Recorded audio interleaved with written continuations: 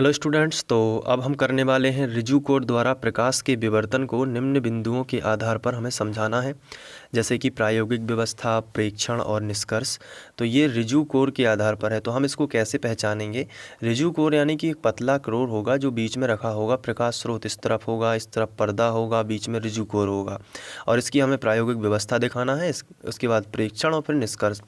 इसके पहले हमने विवर्तन जब समझा था तो इसमें हमने ये देखा था कि जैसे मैं आपको बता देता हूँ, ये देखिए, ये सोर्स है, यहाँ पे लाइट आ रही है और यहाँ पे पर्दा है, बीच में ये रिजू कोर रखा हुआ है, इसे ही हम रिजू कोर बोलते हैं। ठीक है।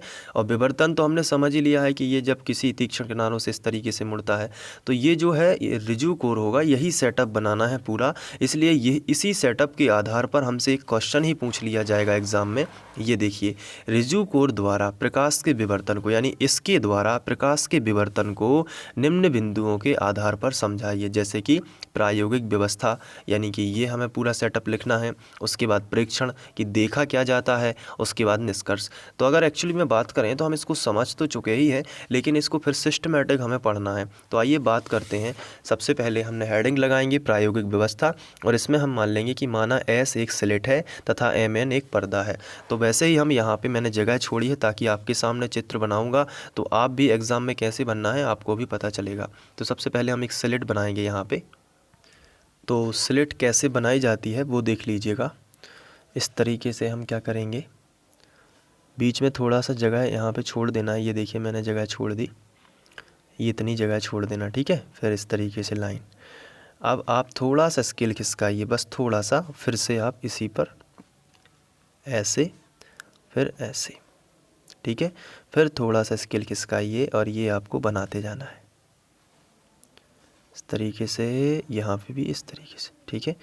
बस थोड़ा और, ये देखिए, इसको बाद में भी हम डार्क कर सकते हैं और यहाँ पे भी हम उतना ही ये बना देते हैं। ये देखिए, तो ये बीच का जो स्थान हम छोड़ देते हैं, इससे स्लिट बन जाती है। मान लेते हैं कि ये एस स्लिट है, तो हम इसे यहाँ पे एस नाम दे देते हैं। यहाँ पे हमने नाम दे दिया एस स्लिट। तो माना एस एक स्लिट है तथा एम एन एक पर्दा है। तो अब इतनी दूर हम पर्दा बना लेते हैं। मान लेते हैं कि हम यहाँ पे एक पर्दा बना देते हैं, वो भी इसी मेथड से बनेगा। आपको एग्ज़ाम में छोटी छोटी बातों का ध्यान रखना होता है ताकि आप टॉपर बन पाएँ और बहुत अच्छे अंक ला पाएँ, और उतना ही इम्पोर्टेंट होता है समझना भी। तो इसलिए मैं यहाँ पे आपको इस तरीके से बता रहा हूँ। ये देखिए, ये थोड़ा सा और, तो ये पर्दा भी हमने बना लिया। पर्दे का हम कुछ भी नाम दे सकते हैं, जैसे हमने मान लिया कि एम एन एक पर्दा है। ये देखिए, तो पर्दे का हमने नाम दे दिया। अब इसमें क्या है, स्लिट जो बनी हुई है इससे एक रंग का प्रकाश आएगा। ठीक है। किसी भी एक वर्णी, इसीलिए बोलते हैं एक वर्णी प्रकाश स्रोत। बैगनी से लेके लाल कलर तक जितने भी होते हैं उसमें से कोई भी एक रंग का प्रकाश आएगा यहाँ से। अब स्लिट व पर्दे के बीच एक तेज धार वाला ब्लेड रख देते हैं। तो यहाँ पे हम एक ब्लेड रख देते हैं। तो देखिए, यहाँ पे हम एक तेज धार वाला ब्लेड रख देते हैं। ये देखिए, ये हमने यहाँ पे, मान लीजिए यहाँ पे हमने रख दिया। इसके जो किनारे हैं काफ़ी तीक्ष्ण हैं और ये तीनों कागज़ के तल के लंबवत है। जैसे ब्लेड भी ऐसे होगा, पर्दा भी ऐसे होगा और स्लिट भी ऐसे होगा। ठीक है। तो ये थोड़ा सा आपको समझना है। स्लिट एस यानी पर्दा एम एन और तीक्ष्ण तीनों कागज़ के तल के लंबवत हैं। तो यही बात है जो मैंने अभी आपको बताई है। तो ये तीनों चीज़ें हमने सेटअप कर लिया। तो ये है प्रायोगिक व्यवस्था। अब इसमें होगा क्या, देखिए यहाँ पे अब फिर ऑब्ज़र्व क्या किया जाता है उसे हम प्रेक्षण कहते हैं, कि देखा क्या गया। अब सबसे पहले तो यहाँ से लाइट निकलेगी। तो लाइट कैसे निकलेगी, ये देखिए, स्लिट से तो लाइट यहाँ पे विवर्तित होगी, यानी कि ऐसे जाएगी, ये देखिए, और यहाँ पे भी विवर्तित होगी, ये देखिए, इस तरीके से। लेकिन इस अवरोध के कारण ये आगे ही नहीं जा पाएगी, तो ये इतनी ही होगी। ठीक है। तो यहाँ से भी आएगी लाइट, यहाँ से भी आएगी। तो अब होगा क्या कि हम मान लेते हैं कि लाइट ऐसे इस तरीके से आई है, ये देखिए। तो अब क्या होगा, यदि प्रकाश सीधी रेखा में गमन करता होता तो इस तरीके से सीधी हम एक लाइन खींच लेते हैं। ये देखिए, ये हमने लाइन खींच ली। तो प्रकाश इतने एरिया में है, तो ये वाला जो हिस्सा है इसे हम नाम दे देते हैं कुछ भी, जैसे कि हम यहाँ पे नाम दे सकते हैं P। ठीक है, ये देखिए P नाम हमने दे दिया। तो जो MP हिस्सा है ये वाला, M से लेके P तक, ये होगा बहुत ही चमकीला, यानी यहाँ पे ब्राइट स्पॉट बनेगा। और इसके बाद PN जो है ये होगा बहुत ही डार्क, यहाँ पे अंधकार होगा।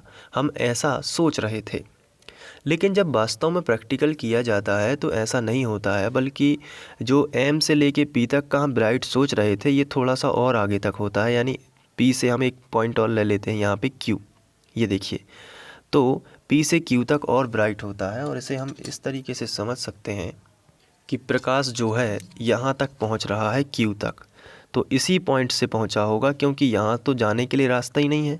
तो कहाँ से पहुँचा होगा? इसी पॉइंट से, ऊपर से, ये Q तक। तो फिर ये समझा गया कि प्रकाश इन किनारों से क्या हो रहा है? मुड़ रहा है। इन किनारों से क्या हो रहा है? प्रकाश इस तरीके से मुड़ रहा है, ये देखिए। तो ये जो है इतना हिस्सा जो है ये अलग से, इतना हिस्सा ब्राइट और होता है पर्दे पर, इतना हिस्सा। तो ये ऑब्ज़र्व किया गया, तो इसी से माना गया कि प्रकाश जो है तीक्ष्ण किनारों से मुड़ जाता है। तो प्रेक्षण देख लेते हैं कि इसके क्या क्या हमें मिले थे। उसके पहले मैं थोड़ा सा और आपको बता दूं कि यहाँ पे जो ब्राइट स्पॉट था इसमें क्या थी कि तीव्रता यहाँ से, जैसे ये सेंटर पॉइंट है तो यहाँ पे तीव्रता बहुत अधिक थी। तो मैं यहाँ पे तीव्रता ग्राफ बना रहा हूँ कि ये यहाँ पे बहुत अधिक थी, ये मान लीजिए ये बहुत अधिक तीव्रता है। लेकिन जैसे जैसे ऊपर जाते हैं तो ये तीव्रता क्या होती जाती है? कम होती जाती है। तो मैं छोटे सुरंग और गर्त बनाता हूँ, ये देखिए, ये तीव्रता कम होते जा रही है, कम होते जा रही है, और सबसे एंड पॉइंट में कम हो जाती है। तो ये देखा गया कि सोर्स के सामने जो, जैसे जो पर्दा है इसका जो सेंटर पॉइंट है यहाँ पे तीव्रता बहुत अधिक होती है, और इस तरीके से ये क्या होती है? ऐसे करके घटती जाती है, ऊपर की ओर क्या होती जाती है? घटती जाती है तीव्रता। यानी कि यहाँ पे सबसे अधिक उजीला यहाँ पे होगा, फिर थोड़ा सा डिम होगा, फिर थोड़ा सा और डिम होगा, फिर थोड़ा सा और डिम होगा। इस तरीके से यहाँ पे तीव्रता सबसे कम हो जाती है, ये ऑब्ज़र्व किया गया। साथ में ये भी देखा गया कि ये जो यहाँ से यहाँ तक होना चाहिए ये क्यूब तक पहुँचा है, यानी कि यहाँ पे प्रकाश थोड़ा सा मुड़ा हुआ है, तो यहाँ पे भी प्रकाश की तीव्रता होती है P से Q तक थोड़ी सी, फिर इसके बाद ये पूरा डार्क होता है। तो ये देखा गया। तो ये प्रेक्षण का पहला पॉइंट था। पहला पॉइंट क्या है कि P से, पर्दे के बिंदु P से M तक प्रकाश धीरे धीरे, क्या प्रकाश की तीव्रता धीरे धीरे क्या होती है? P से M की ओर कम होने लगती है। दूसरा क्या देखा? P और Q के बीच में प्रकाश होता है, यानी अंधकार नहीं होता। जबकि हम ये क्या सोच रहे थे कि हम ये देख रहे थे या हम ये मानते थे कि P से N तक अंधकार होगा, लेकिन जब प्रैक्टिकली यह प्रयोग किया जाता है तो P से लगभग Q तक का हिस्सा और थोड़ा सा उजीला वाला होता है, यानी ब्राइट होता है। तो ऐसा हुआ है प्रकाश के विवर्तन के कारण। तो आइए प्रेक्षण के मैं बिंदु आपको बताता हूँ जिससे आप और क्लियर समझ पाएंगे। ये देखिए, हम एक एक प्रेक्षण अच्छे से समझेंगे। मैंने लिख के तो रख लिए हैं, लेकिन समझाना बहुत ही ज़रूरी है। देखिए, पर्दे का PN भाग पूर्णतः अदीप्त नहीं होता। पर्दे का कौन सा भाग? PN भाग। ये देखिए, हम यहाँ पे आपको दिखाते हैं। ये पर्दे का PN भाग पूर्णतः अदीप्त मतलब डार्क नहीं होता। अदीप्त मतलब क्या होता है? दीप्त नहीं है, यानी उजेला नहीं है। तो PN भाग जो है पूर्णतः कैसा नहीं होता? अदीप्त नहीं होता। तो आप सोच रहे होंगे कि PN भाग पूर्णतः अदीप्त क्यों होगा? ऐसा इसलिए क्योंकि हम ये मान रहे थे कि यहाँ पे अवरोध है, तो ये इतना हिस्सा और इतना हिस्सा इसकी शैडो बनेगी, और ये पूरा भाग कैसा होगा? डार्क होगा, यानी अदीप्त होगा। लेकिन प्रयोगों में ये पाया गया कि ये अदीप्त नहीं होता P से N तक। तो ये है। आगे इसमें क्या लिखा है, आइए देखते हैं। PN भाग पूर्णतः अदीप्त नहीं हमें मिला, बल्कि P से Q तक प्रकाश की तीव्रता धीरे धीरे कम हो रही है। अब इसका क्या मतलब, इसको थोड़ा सा समझते हैं।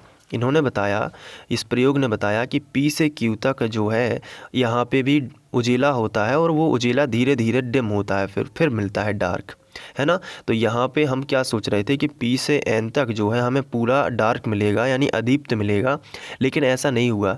यहाँ पे हमें तीव्र मिला, फिर वो धीरे धीरे डिम हुआ है और फिर हुआ है डार्क, यानी यहाँ पे भी थोड़ा थोड़ा उजीला था। ऐसा क्यों हुआ? क्योंकि प्रकाश यहाँ से मुड़ा हुआ है। तो ये क्या है, यहाँ पे तीव्रता P से Q के बीच में यदि हम तीव्रता ग्राफ बनाएं तो ये इस तरीके से बनेगा कि यहाँ पे बहुत अधिक तीव्रता थी, बहुत अधिक, फिर धीरे धीरे क्या हो गई? कम हो गई, ये डिम हो गया। यही हमारा जो है पहला प्रेक्षण है। आप देख सकते हैं कि पर्दे का जो पीएन भाग है पूर्णतः अदीप्त नहीं है, यानी पूरी तरीके से डार्क नहीं है, बल्कि पी से क्यू तक प्रकाश की तीव्रता धीरे धीरे क्या हो रही है, कम हो रही है। किंतु क्यू के बाद ही पूर्ण रूप से अंधेरा मिलता है, यानी कि कहाँ पे, ये देखिए क्यू के बाद, यानी क्यू के बाद यहाँ पे पूर्ण रूप से अंधेरा फिर मिल जाता है। तो इसकी शैडो फिर यहाँ दिखती है, लेकिन उतने ही नाप की शैडो नहीं दिखती। ये देखिए क्योंकि प्रकाश यहाँ पे विवर्तित हुआ है, यानी मुड़ा हुआ है, बेंड हुआ है किनारों से। चलिए दूसरा प्रेक्षण देखते हैं। दूसरा प्रेक्षण क्या था? दूसरा प्रेक्षण ये कहता है कि पर्दे के भाग पीएम में जहाँ पूर्ण प्रदीप्ति होती है, यानी पूरी तरीके से जहाँ पे उजीला होता है, कौन सा भाग? पीएम। तो आपको मैंने पहले ही बताया है कि जो पर्दे का जो पीएम भाग है, ये ऊपर वाला, यहाँ पे पूर्ण उजेला होगा। इसमें भी कुछ ऑब्जर्व किया गया, वो क्या था आइए देखते हैं। पर्दे के भाग पीएम में जहाँ पूर्ण प्रदीप्ति होनी चाहिए, बिंदु पी के बाद वहाँ पर क्रमिक रूप से दीप्त व अदीप्त फ्रिंजें दिखाई देती हैं। इसको थोड़ा सा समझ लेते हैं कि यहाँ पे ऐसा क्यों हुआ। ये देखिए यहाँ पे पर्दे का जो पूरा पीएम भाग है, पीएम भाग जो है ये कैसा होना चाहिए? पूरी तरीके से ब्राइट होना चाहिए, लेकिन ऐसा नहीं हुआ। यहाँ पे क्या हुआ, ये जो यहाँ पे बहुत ज़्यादा ब्राइट था, ये देखिए, फिर इसकी तीव्रता धीरे धीरे कम होती गई, ये कम होती गई, ये कम होती गई, और यहाँ पे बहुत कम हो गई। और यहाँ पे क्या हुआ, दीप्त और अदीप्त, जैसे इंटरफेरेंस में यानी व्यतिकरण में बनी हुई थी ना, दीप्त और अदीप्त फ्रिंजें बनी हुई थी। तो इस तरीके से यहाँ पे ऑब्जर्व किया गया, ये प्रेक्षण है, यहाँ पे इस तरीके से ऑब्जर्व किया गया। आगे देखते हैं, दीप्त और अदीप्त फ्रिंजें तो बन गई, आगे हम इसी चीज़ को कंटिन्यू करते हैं। पर्दे पर P से M की ओर जाते हैं तो हम पाते हैं कि दीप्त फ्रिंज पर प्रकाश की तीव्रता घटती है और अदीप्त फ्रिंज पर प्रकाश की तीव्रता बढ़ती है। इसको हम अच्छे से समझ लेते हैं। ये देखिए, मान लेते हैं कि यहाँ पे दीप्त फ्रिंज है, फिर ये डार्क मिला तो ये अदीप्त फ्रिंज है, ठीक है। फिर ये दीप्त है, फिर ये डार्क मिला, ये अदीप्त फ्रिंज है, फिर ये दीप्त है, फिर अदीप्त। लेकिन ये स्थायी नहीं होते, यानी कि ऐसा नहीं होता कि एक बार बन गए तो बन गए। ये ऐसा लगता है जैसे मूवमेंट कर रहे हो। मैं आपको अभी समझाता हूँ। ये देखिए, ये इस तरीके से मान लो कि दीप्त अदीप्त फ्रिंजें मिली, ये बहुत ही डिम होती हैं। ये हमें मतलब कि यदि हम गौर से देखें तभी हमें दिखती हैं, जैसे इंटरफेरेंस में दिखती है ना, उसी तरीके से। ये देखिए, पहले यहाँ पे ब्राइट स्पॉट होगा, फिर ये डार्क, फिर ब्राइट, फिर डार्क, फिर ब्राइट, फिर डार्क, इस तरीके से, यानी उजेला अंधेरा, उजेला अंधेरा, उजेला अंधेरा, इस तरीके से होता। लेकिन ये स्थायी नहीं होता कि एक बार बन गया तो बन गया। अब इसमें क्या होगा कि जो डार्क होगा ये फिर इसमें उजेला उत्पन्न होने लगेगा, और ये जो उजेला वाला हिस्सा था ये डार्क हो जाएगा। यानी कि ऐसा लगता है जैसे कोई डार्क फ्रिंज ऐसे चल रही हो, आगे की ओर चल रही हो, या ऐसा प्रतीत होता है जैसे कोई ब्राइट फ्रिंज जो है ये आगे की ओर चल रही हो। इनमें से किसी एक को भी चलाएंगे तो प्रोसेस आप उसको कल्पना में ला सकते हैं कि क्या हो रहा होगा, कि जैसे व्यतिकरण में हुआ था वैसा नहीं हुआ। यहाँ पे फ्रिंजें तो बनी हैं डार्क ब्राइट, लेकिन वो मूवमेंट जैसे लग रही है जैसे वो मूव कर रही हो। मतलब यहाँ पे जैसे डार्क बना तो धीरे धीरे ये डार्क डिम होने लगेगा, और यहाँ पे ब्राइटनेस आ जाएगी, और मतलब ब्राइट होने लगेगा, और जो ब्राइट हिस्सा है ये डार्क होने लगेगा, फिर डार्क हिस्सा ब्राइट होने लगेगा, यानी दीप्त फ्रिंज अदीप्त होने लगेगी, दीप्त फ्रिंज की तीव्रता घटने लगेगी। यहाँ पे जो दीप्त फ्रिंज है उजेला वाला है, इसकी तीव्रता क्या होगी, घटने लगेगी। जो अदीप्त फ्रिंज है उसकी तीव्रता क्या होगी, बढ़ने लगेगी। तो ये यहाँ पे चलने लगता है।